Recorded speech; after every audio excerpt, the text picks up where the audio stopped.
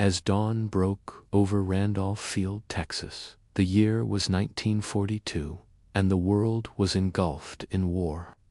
Young cadets stood at attention, hearts pounding with excitement and anxiety.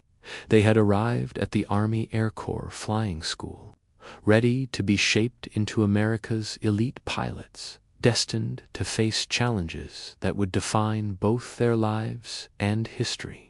Hundreds of recruits from across the country descended upon Randolph Field, known as the West Point of the air. Among them was John Jack Mitchell, a bright-eyed young man from Nebraska, filled with dreams of flight, heroism, and adventure. From the moment the cadets stepped off the buses, drill sergeants imposed discipline, precision, and urgency. Training began immediately. Physical drills, classroom studies, and rigorous routines structured every waking hour. Jack's first airborne experience came in the iconic PT-17 Stearman, under the watchful eye of instructor Lieutenant Bill DeVisa, seasoned aviator known for his strictness and expertise. Jack learned the fundamentals: takeoffs, landings, climbs, and basic maneuvers. Mistakes were plentiful, corrections immediate and firm. Yet Jack thrived in the cockpit, discovering a profound passion and natural aptitude for flight. Friendships among cadets strengthened quickly, forged through shared hardship and ambition. Jack bonded closely with cadets Samuel "Sam" Rodriguez, a spirited Texan with a knack for humor, and William "Will" Carter, a thoughtful, reserved New Yorker. The trio supported each other through grueling training, late-night study sessions, and moments of self-doubt, knowing their future missions depended on unwavering teamwork and camaraderie.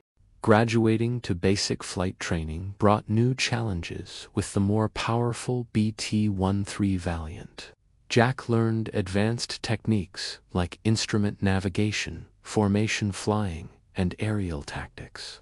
Flights became increasingly intense and realistic, preparing the cadets for combat conditions. The instructors, battle-hardened pilots themselves, drilled into the cadets the importance of precision, discipline, and adaptability under pressure. At advanced training, cadets chose their paths: fighters, bombers, or transport aircraft. Jack chose fighter training, drawn by the allure and adrenaline of aerial combat.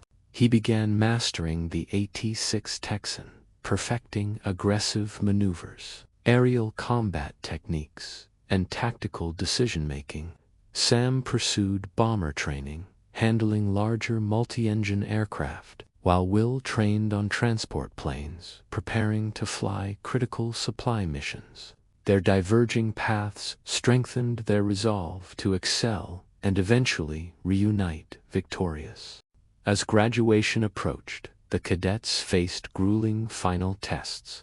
Jack's greatest challenge came during an intense mock dogfight drill against seasoned pilots. Applying months of training, Jack demonstrated skill, courage, and decisiveness, earning admiration and approval from his instructors. Sam and Will faced their trials too, successfully completing complex bombing and transport scenarios, affirming their readiness for deployment. On graduation day, families gathered proudly as cadets received their coveted silver wings. Jack, Sam, and Will stood proudly together, each fully aware of the journey ahead and the importance of their training. Lieutenant Davies offered heartfelt congratulations, reminding them their real test lay ahead in the skies of war. The friends parted ways, assigned to different theaters of operation. Jack flew fighters over Europe, Sam conducted bombing raids in the Pacific, and Will flew supply missions across challenging terrains.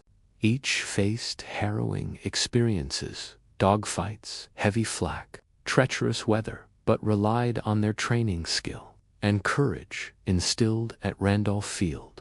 Letters exchanged between the friends recounted their experiences, hopes, and fears, reinforcing their bonds and reminding them of the commitment they'd made to each other and their country.